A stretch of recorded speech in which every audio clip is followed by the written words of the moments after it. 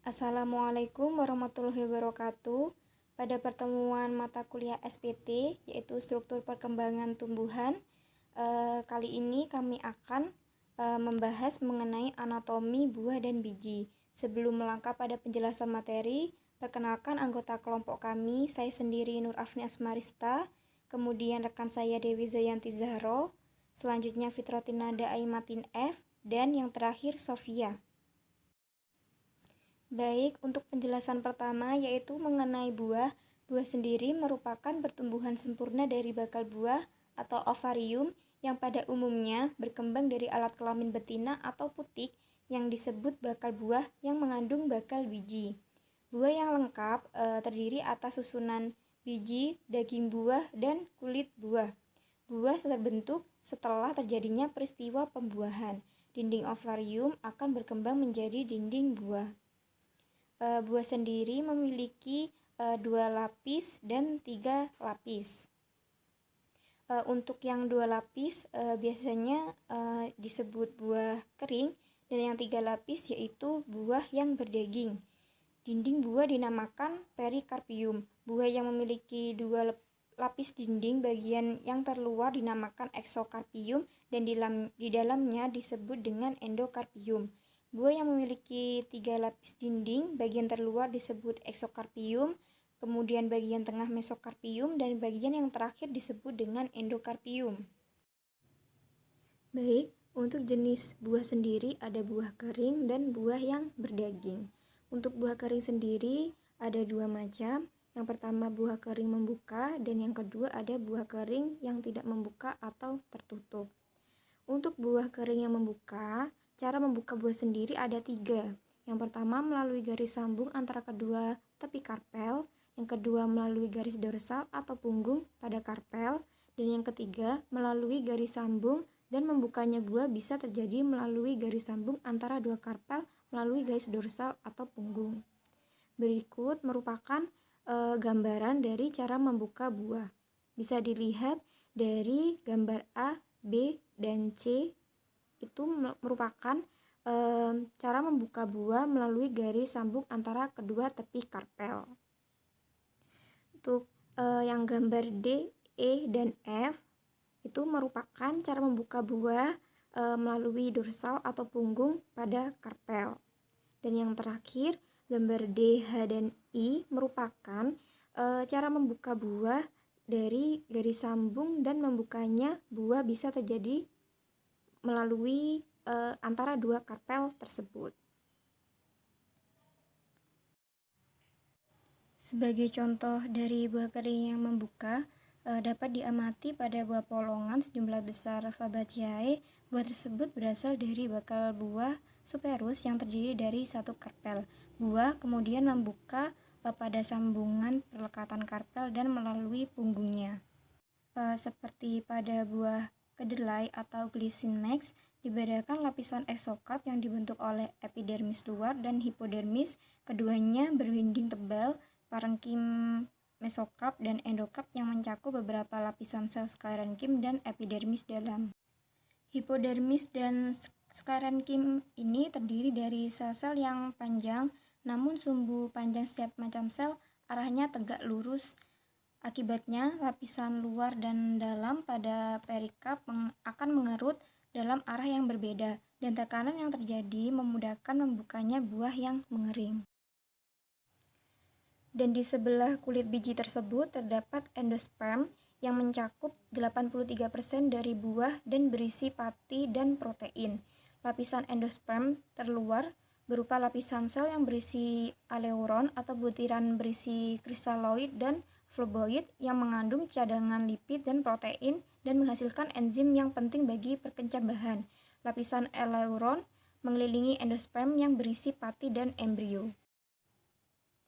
Pada saat waktu kulit biji berkembang, integumen luar berdisintegrasi, integumen dalam berubah dan tertekan. Integumen dalam yang tertekan tersebut berisi pigmen, bereaksi positif bagi senyawa lemak, dan kedua sisinya dilapisi oleh kutikula. Kemudian yang kedua yaitu buah kering tidak membuka. Struktur pada buah kering yang tidak membuka sering menyerupai kulit biji. Pada Asteraceae, sebagian jaringan kulit biji yang sesungguhnya dapat menghilang atau seperti pada Caryopsis gramineae bersatu dengan perikarp. Pada Caryopsis gandum, lapisan luar terdiri dari perikarp dan sisa kulit biji. Dan pada perikarp ini, lapisan sel dari luar ke dalam, yaitu struktur perikarp buah kering yang tidak membuka sering menyerupai kulit biji. Parenkim, satu lapisan atau lebih dan sebagian tertekan. Yang kedua, parenkim yang sebagian rusak. Ketiga, sel silang yang memanjang dalam arah melintang terhadap sumbu buah dan memiliki dinding yang tebal. Yang keempat yaitu sisa epidermis dalam berbentuk ser berlignin dan memanjang sejajar sumbu dengan panjang buah atau sel tabung. Struktur anatomi buah berdaging. Pada buah berdaging, dinding terdiri dari perikarp atau bersatu dengan jaringan tumbuhan. Bagian dalam atau luar dinding atau keseluruhan bisa menjadi berdaging dan adanya diferensi menjadi parenkim lunak atau sukulen. Selain dinding, plasenta dan sekat dalam buah juga bisa menjadi berdaging. Buah yang berkulit jelas. Pada kelompok ini, bagian berdaging terbatas pada bagian dalam seperti pada buah pisang dan jeruk. Contoh buah jeruk yaitu umumnya disebut Hesperidium, berkembang dari bakal buah seperus dan terdiri dari sekitar 10 karpel. Buah tak kulit jelas. Buah tanpa kulit jelas yaitu contohnya tomat. Jumlah karpelnya pada tomat yaitu ada 2, namun dalam varietas yang dibudidayakan biasanya berjumlah lebih. Perkembangan buah yaitu ada 2. Dalam proses pengembangan buah terdapat 2 proses yang terlibat dalam pertumbuhan dan pengembangannya, yakni melalui pembelahan dan pembesaran sel yang terjadi secara berurutan.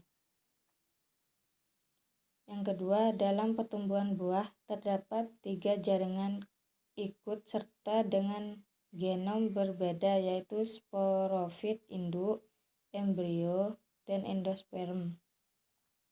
Pola pertumbuhannya juga ada 2, yaitu ditunjukkan pada kurva sigmoid yang mengindikasi peningkatan ukuran secara eksponensial, diikuti oleh perbedaan dalam pola sigmoid. Contohnya alpukat. Dan yang kedua, kurva pertumbuhan dengan sigmoid ganda terdapat pada anggur, zaitun, dan buah bata lainnya. Proses perkembangan buah yaitu ada 5. Proses persarian kepala putih oleh serbuk sari.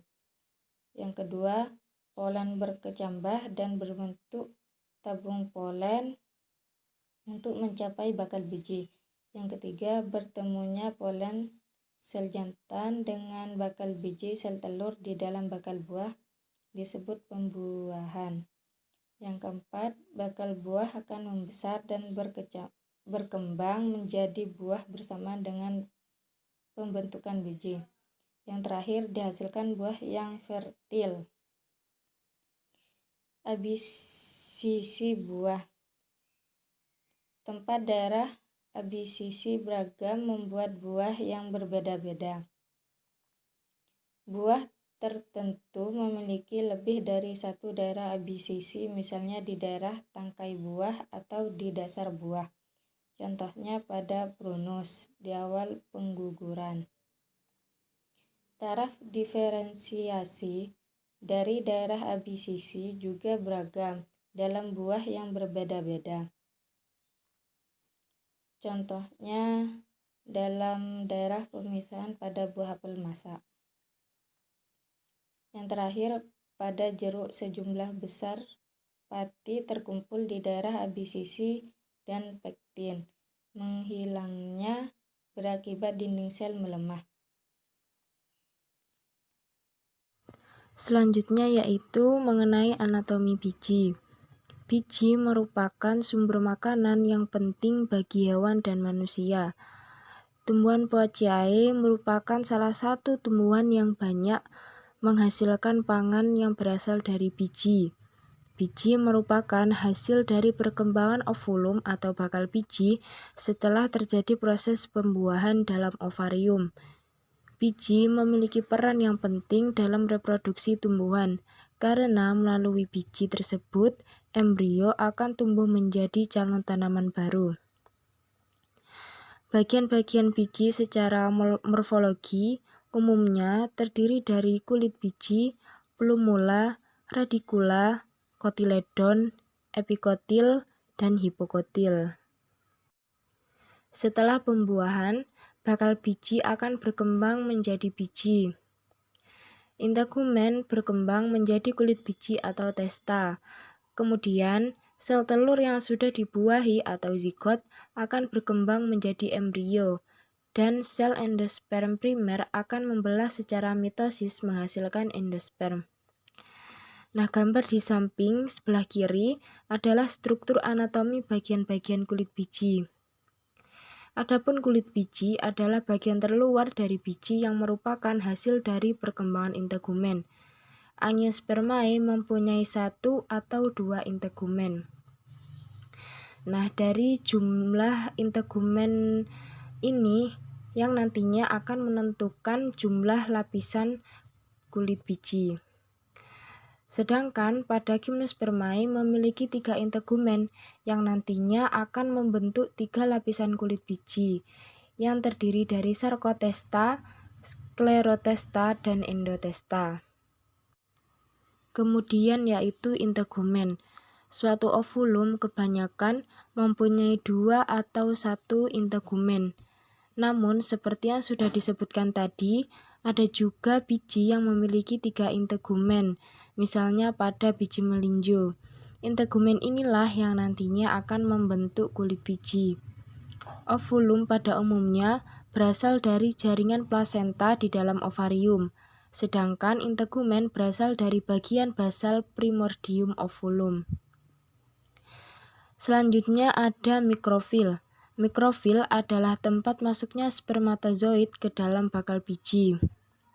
Mikrofil ini terbentuk dari bakal integumen yang melekuk ke arah dalam dengan sedemikian rupa sehingga membentuk pori kecil yang disebut dengan mikrofil. Kemudian ada kalaza. Kalaza merupakan tempat di mana integumen-integumen bersatu dengan funiculus. Kemudian ada nucellus. Nucellus merupakan dinding megasporangium. Setiap ovulum pada umumnya hanya memiliki 1 nucellus. Adapun yang memiliki 2 nucellus antara lain yaitu Aiglemer melos dan Hydrocleis nymphoides. Pada awal terbentuknya calon ovulum, nucellus terbentuk terlebih dahulu, terdiri atas sel-sel yang homogen diselubungi oleh epidermis. Di bawah lapisan epidermis nucellus terdapat sel-sel archesporium. Salah satu contohnya yaitu pada Sympetales. Pada Sympetales, sel-sel archesporium berfungsi langsung sebagai sel induk megaspora, sehingga sel sporogen adalah sel hipodermal. Berdasarkan asal sel-sel sporogen, maka nucellus dibedakan menjadi 2 tipe, yaitu tipe tenum-selat dan tipe krasmus-selat. Yang pertama, tipe tenum-selat, yakni sel sporogen berbatasan langsung dengan epidermis nucellus, dan krasmus-selat, yakni antara sel-sel sporogen dengan epidermis nucellus dipisahkan oleh lapisan sel parietal primer. Gambar di samping merupakan perkembangan ovulum tipe tenuinuselat atau tenum-selat dan tipe krasinuselat atau krasmus-selat. Pada gambar yang pertama merupakan tipe tenuinuselat dan gambar yang kedua merupakan tipe krasinuselat. Selanjutnya yaitu obturator. Obturator adalah jaringan yang merupakan proliferasi sel-sel funiculus atau plasenta. Jaringan ini berfungsi untuk membantu pembuahan, yaitu membantu buluh polen menuju mikrofil. Sel-selnya mengalami degenerasi setelah terjadinya pembuahan. Selanjutnya, saya akan menjelaskan sedikit tentang endosperm. Terdapat dua tipe biji yang dibedakan berdasarkan ada atau tidaknya endosperm pada biji, yaitu yang pertama endospermus, yakni dijumpai endosperm pada biji. Umumnya terdapat pada biji tumbuhan monokotil seperti jagung dan kelapa. Yang kedua yaitu non-endospermus, yakni tidak dijumpai adanya endosperm pada biji. Umumnya terdapat pada biji dikotil seperti kacang. Pada umumnya, endosperm merupakan hasil dari pembelahan endosperm primer secara mitosis berkali-kali dan berfungsi memberi makanan embrio yang sedang tumbuh. Tidak semua tumbuhan memiliki endosperm. Umumnya, biji tumbuhan monokotil yang memiliki endosperm, sedangkan biji dikotil endospermnya mereduksi sehingga yang lebih dominan adalah kotiledonnya, yang juga mengambil alih fungsi endosperm, yaitu sebagai nutrisi dan cadangan makanan, baik ketika di dalam biji maupun sudah berkecambah. Jadi, endosperm pada biji dikotil hanya berfungsi ketika perkembangan saja. Seiring dengan perkembangan endosperm, jaringan nucellus terdorong ke arah lateral dan menjadi suatu lapisan sel yang remuk yang melapisi kulit biji. Pada keadaan masak, endosperm merupakan bagian terbesar dari biji, dan embrio berada sepanjang sumbu panjang dari biji. Selanjutnya yaitu megasporosit. Megasporosit adalah sel induk kantong embrio yang merupakan sel diploid dalam bakal buah. Sesudah meiosis akan menghasilkan 4 megaspor yang haploid.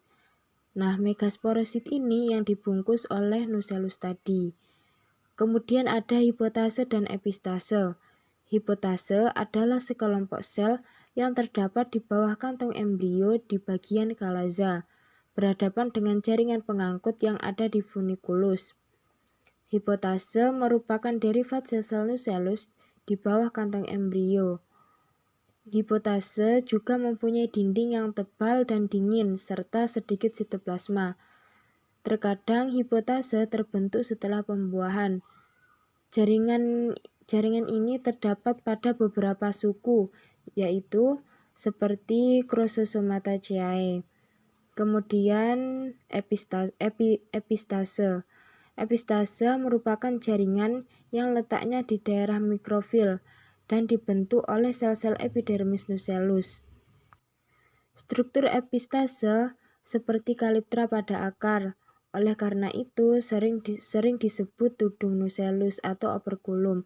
Misalnya pada genus Costus. Selanjutnya yaitu tapetum integumen atau endotelium. Pada beberapa tumbuhan, nucellus segera mengalami disorganisasi dan kantong embrio langsung mengadakan kontak dengan lapisan integumen yang semula berbatasan dengan nucellus. Lapisan yang semula berbatasan dengan nucellus itu terdiferensiasi menjadi lapisan yang khusus, baik bentuk maupun kandungan selnya. Sel-sel memanjang ke arah radial, terkadang menjadi binucleat, yakni mengandung 2 inti. Endotelium merupakan lapisan tunggal, dijumpai pada beberapa biji yang mempunyai tipe integumen unitekmik atau memiliki satu integumen, seperti pada Asteraceae lentibulariaceae. Pada Asteraceae, endotelium lebih dari satu lapis sel, yaitu 2 hingga 10 lapisan, seperti pada bunga matahari. Kemudian, saya akan menjelaskan sedikit tentang perkecambahan. Perkecambahan merupakan proses pertumbuhan embrio pada biji yang kemudian berkembang membentuk tumbuhan baru. Biji akan berkecambah setelah mengalami masa dorman yang dapat dipengaruhi oleh faktor internal dan faktor eksternal. Faktor internalnya meliputi tingkat kemasakan biji, ukuran biji, dormansi, atau adanya zat penghambat. Sedangkan faktor eksternalnya meliputi suhu, air, oksigen, cahaya. Kemudian proses perkecambahan biji. Biji akan mulai berkecambah setelah menyerap air dari lingkungan sekitar. Air yang masuk ke dalam biji akan memicu hormon dan enzim untuk bekerja sehingga embrio dalam biji mulai tumbuh. Adapun urutan proses perkecambahan biji yaitu diawali dengan masuknya air ke dalam biji yang kering atau imbibisi. Setelah biji menyerap air, ukuran biji akan mengembang dan membesar sehingga menyebabkan kulit biji terkadang menjadi pecah. Air yang masuk akan memicu aktifnya hormon giberelin pada embrio. Hormon tersebut akan memicu sel-sel di lapisan eleuron untuk memproduksi enzim amilase. Enzim amilase yang telah dihasilkan akan bekerja di endosperma untuk mengubah pati atau amilum menjadi gula. Kemudian, gula yang dihasilkan akan ditransfer pada embrio sebagai bahan untuk pertumbuhan embrio. Berikut merupakan contoh struktur dari biji. Yang pertama yaitu ada biji jarak atau Ricinus communis yang berkembang dari bakal biji berintegumen 2 helai yang nucleusnya bersifat crasinuselat atau tertanam di bawah epidermis. Struktur biji jarak ini juga mempunyai ikatan pembuluh bercabang di integumennya, serta kantung embrio tertanam cukup dalam pada nucleus. Mikrofil dibentuk oleh kedua integumen, suatu struktur yang tumbuh di plasenta, yang disebut nantinya sebagai obturator. Obturator ini merupakan struktur yang dianggap menuntun tabung polen ke mikrofil. Setelah pembuahan terdapat perubahan berikut. Yang pada biji jarak terdapat integumen luar, sel epidermis luar, huruf A, merupakan penampang memanjang melalui bakal biji yang mengandung embrio matang. Sedangkan di gambar B, merupakan penampang melintang bakal biji yang serupa dengan gambar huruf A. Dan gambar C merupakan penampang memanjang bagi yang belum matang. Pada biji jarak, setelah pembuahan terdapat perubahan integumen luar, sel epidermis luar meluas dan menyimpan bahan yang mengakibatkan warna coklat dari biji epidermis. Jadi dari pembuahan tersebut terdapat perubahan pada kulit biji, yaitu dengan adanya warna kecoklatan di bagian luar. Sel epidermis luar dari integumen dalam memanjang radial, memperoleh susunan tiang dan mengklarifikasi sewaktu endosperm dan embrio berkembang. Sel nucleus di dekat mikrofil membesar dan membentuk vakuola yang ada di daerah kalaza yang mengalami pembelahan berulang kali. Kegiatan meristematik inilah yang terutama menyebabkan pertumbuhan biji. Di contoh yang kedua, terdapat biji Fabaceae atau yang dikenal dengan nama ilmiah Leguminosae yang berdiferensiasi dari bakal biji berintegumen 2, yaitu integumen dalam dan integumen luar. Integumen dalam hilang sewaktu perkembangan biji, sedangkan integumen luar berkembang menjadi berbagai lapisan sel. Lapisan terluar yakni epidermis tetap universal dan berkembang menjadi lapisan tiang yang terdiri dari skleroid dengan dinding menebal tak rata. Di daerah hilum terdapat dua lapisan tiang. Lapisan terluar berasal dari funikulus sel pada lapisan subepidermal berdiferensiasi menjadi macam-macam sel antara lain sel tiang, osteokleroid bergantung pada macam penebalan dinding dan bentuk sel. Jaringan yang lebih dalam dapat berbentuk parenkim yang sering tertekan dan rusak. Sistem jaringan pembuluh biasanya berkembang dengan baik dari funikulus bekas pembuluh memasuki daerah kalaza dan bercabang di sana. Struktur tiang pada biji Fabaceae atau biji leguminosa yang keras dianggap berkaitan dengan tingkat impermeabilitasnya yang tinggi. Suatu struktur yang disebut garis terang diduga merupakan daerah yang amat impermeable. Efek garis terang diduga akibat pemantulan intensitas pada daerah tertentu pada dinding sel epidermis. Beberapa penelitian menunjukkan bahwa penampakan garis terang disebabkan oleh arah pembuluh mikrofibril pada sayatan biji. Daerah itu berinteraksi di sebelah atas, tengah, atau di dekat dinding luar. Biji Fabaceae yang keras mencapai dan mempertahankan kadar air yang rendah sekali dan tidak dipengaruhi oleh fluktuasi kadar air udara di sekeliling biji. Kemampuan untuk memperoleh tingkat kekeringan yang demikian tinggi dianggap merupakan akibat adanya testa yang amat impermeable dan mekanisme katup di daerah hilum. Hilum berlaku sebagai katup higroskopik. Sepanjang alur hilum terdapat celah-celah ini membuka jika udara sekeliling biji itu kering dan menutup jika udara itu lembab. Jadi, masuknya air dicegah namun hilangnya air dikemungkinkan. Jaringan cadangan makanan. Biji menyimpan makanan yang terdiri dari karbohidrat, lemak, dan protein. Komposisi dan persentasenya berbeda-beda tergantung pada jenis biji. Misalnya biji matahari kaya akan lemak, biji padi mengandung karbohidrat, setelah biji kacang-kacangan banyak akan protein. Biji yang menyimpan cadangan makanan dalam endosperm, terutama pada monokotil atau perisperm, disebut dengan beralbumin. Sedangkan yang tidak memiliki dinamakan biji non-albumin. Namun perbedaan ini tidak mutlak karena biasanya tampak kombinasi antara penyimpanan dan embrio dan yang di luarnya. Endosperm merupakan jaringan yang khas bagi angiospermae dan merupakan hasil penyatuan 3 inti, yakni 2 inti polar dan 1 inti gamet jantan. Ada 3 macam cara pembentukan endosperm, yaitu nuklir, seluler, dan helobial.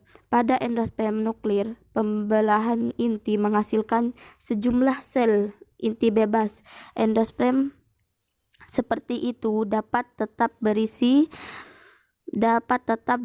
bebas atau kemudian mengalami pembentukan dinding di sekeliling setiap inti.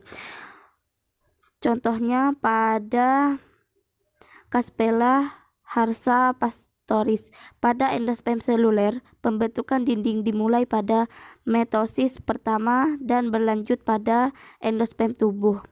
Pada endosperm helobial, nama menurut kelompok Helobiae, kantung embrio terbagi menjadi 2 sel yang tak sama besar. Sel yang besar biasanya di daerah kalaza umumnya berkembang non-seluler, sedangkan sel di dekat mikropil selain berbentuk lebih kecil juga beragam perilakunya.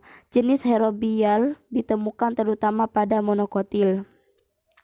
Pada jenis endosperm nuklir, inti bebas biasanya berkumpul di lapisan sitoplasma parietal atau di tepi, dan di tengah sel terdapat vakuola yang besar. Namun pada kapsela, inti endosperm berhimpun di kedua ujung kantung embrio. Endosperm di ujung kalaza terlibat dalam pencernaan sel nucellus. Pada sejumlah tumbuhan, sel nucellus seperti itu mula-mula amat membesar dan bersitoplasma banyak sebelum hancur di hadapan kantung embrio yang membesar ketika tumbuh di sel nucellus yang berhimprofi. itu sebagai tampak pada kapsela menunjukkan adanya protein dan asam nukleat. Pembentukan dinding sel terjadi pada saat inti ada di daerah parietal atau tepi. Dalam pembentukan dinding tampak adanya fragmoplas pada papan sel. Endosperm seluler mula-mula ditemukan di ujung mikrofil dan secara bertahap memenuhi ruang tengah yang berisi cairan vakuola. Pada kelapa yang termasuk kelompok berjenis endosperm nuklir, ruang tengah tidak terisi oleh sel, melainkan berisi cairan air kelapa di waktu buah masak. Bahan makanan utama yang disimpan dalam biji adalah karbohidrat, protein, dan lipid. Ketiga senyawa itu terdapat beberapa persamaan, namun jumlahnya beragam dalam biji dilihat dari berat keringnya. Biji serelia mengandung pati 70-80%, pada ersis dan kacang sekitar 50%, pada biji jagung. Meskipun cadangan makanan utama adalah pati dan terutama menentukan dalam endosperm, embrionya mengandung minyak sebanyak 50%, biji kedelai berisi 20% minyak dan 40% protein. Yang pertama ada karbohidrat. Karbohidrat yaitu butir pati dibentuk sebagai butir tunggal dan majemuk.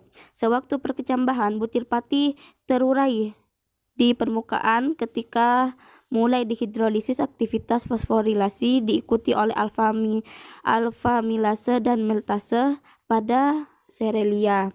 Terurainya kandungan endosperm tergantung pada enzim yang disekresinya oleh lapisan euron.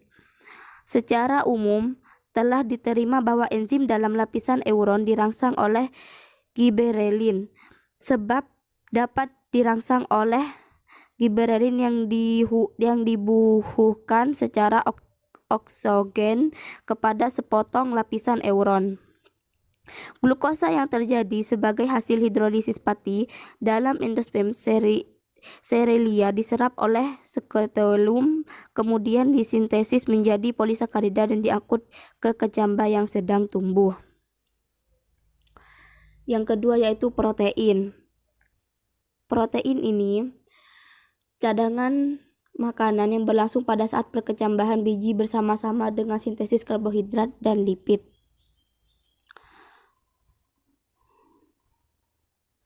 Lalu berakumulasi pada vakuola dan tampak beraga dan tampak sebagai tubuh yang diselubungi oleh satuan membran berupa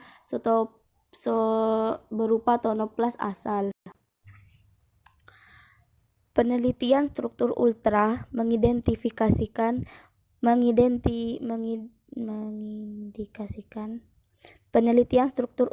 mengindikasikan bahwa protein cadangan berakumulasi dalam vakuola dan tampak sebagai tubuh yang diselubungi oleh satuan membran yang mungkin berupa tonoplas asal.